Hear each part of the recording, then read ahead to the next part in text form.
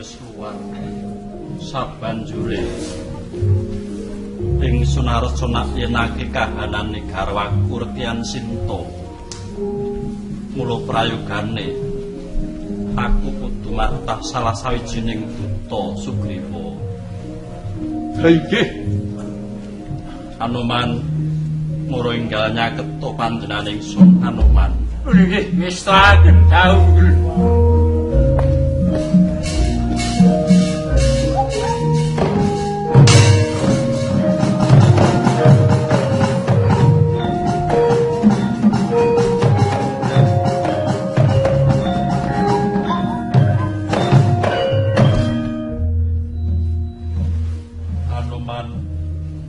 Samengko sira minangka dutaning ingsun lumawata ming praja Ngalengka Diraja aturna agemaning ingsun Kalpika Satya Ludira mring garwaku Yayi Rekyan Sinta ngiras pantes todinen sepira kekuatane negara Ngalengka Diraja Anoman. Nggih, wis saken dawuh.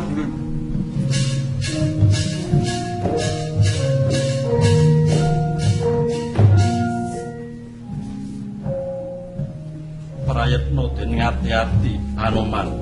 Kepareng nyuwun pamit. Iya, tak lilani.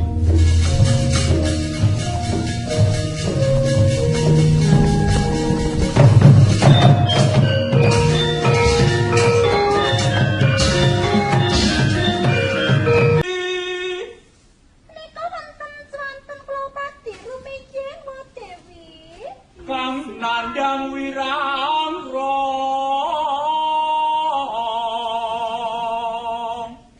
sapa ya kuwi sapa ya sapi sae kalawan kat wani sapa ya sapa kuwi ya Kusumoyu putri ing mantili menika nyebat-nyebat asma paduka model ingkang nandang kingking temah gandrung gandrung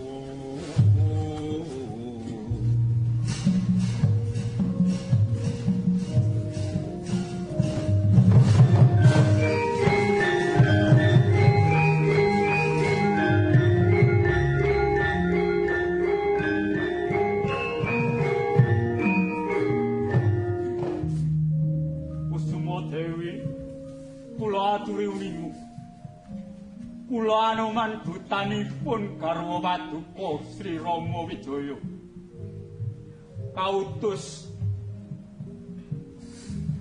maringaken sesupe wujud Setya Ludira wonten ngarsa Paduka Swawih kula aturi ampi Kusuma Dewi. Mulat sesupe Setya Ludira awan Lomo Regowo umebyor panoning Dewi Sinta.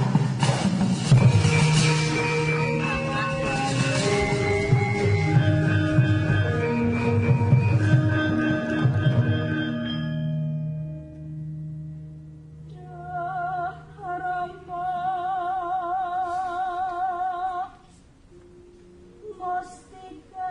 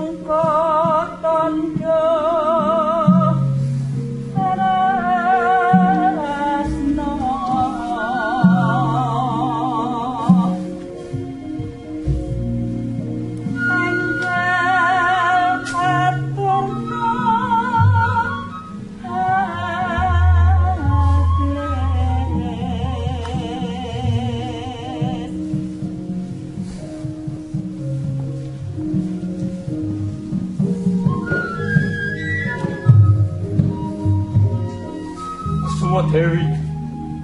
Sampun trang-trawaca sadaya dawuh paduka.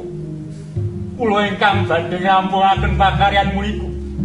Suwawi kula aturi sumirih sawetawis Kusuma Dewi.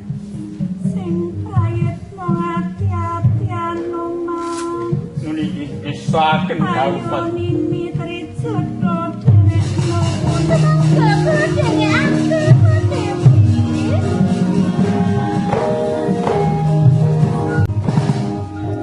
Iki apa to, ya?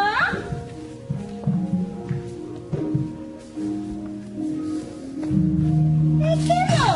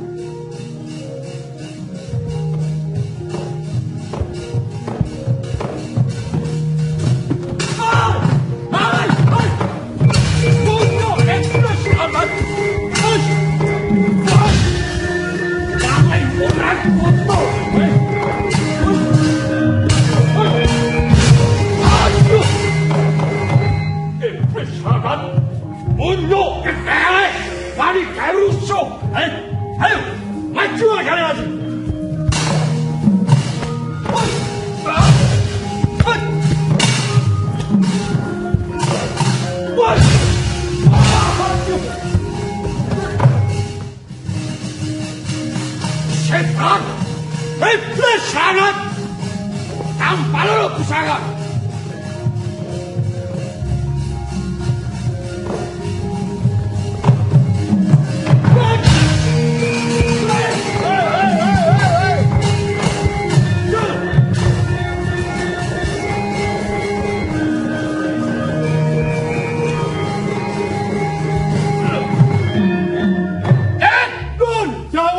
Heger, ono apa iki? Ketiwasan. Wonten tresan dening mensah ingkang wantun damri sak wonten ing taman Kapara Dwaji. Iya. Hadi kula saksa dewa pecah saking munyuk menika Dwaji. Sematene kadangmu saksa dewa monyet-monyet iki. Iya. Wah, lah tak percaya babar pisan kowe.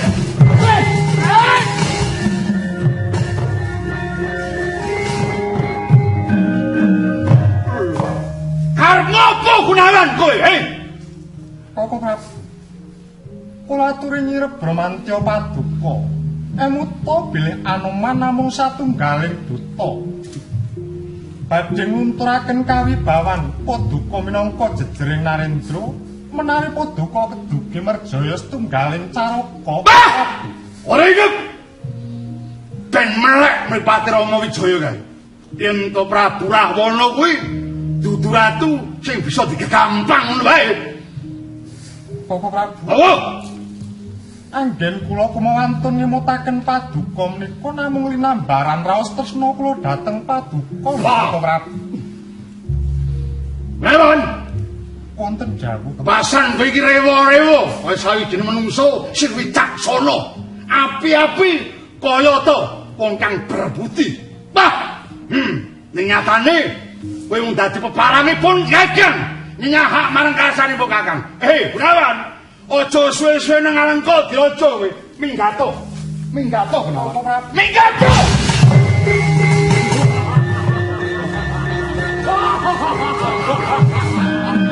Wis Ben, pangan minggat ya wis ben. Inggih Diwaji. Apa? Jebul mung sakmono. Anggonmu bakal paring pidana marang kabeh para kawulamu. Ora mawas kuwi derajat pangkat mitra ruang yen perlu kadangmu dhewe. Aja mbok anggap aku bakal munduk-munduk jaluk urip ning ngarsamu. Sutik watake Anoman ora bakal gelem kepotangan budi marang wong kang tumindak candala Rawana. Parat. Monyet tenget-tenget. Pejai Diwaji.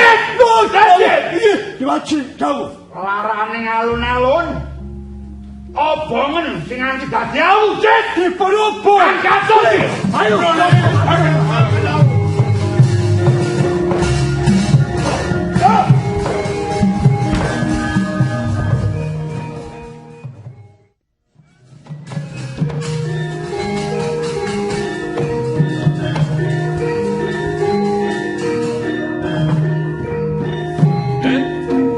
Sirah dene to dikaya timurga.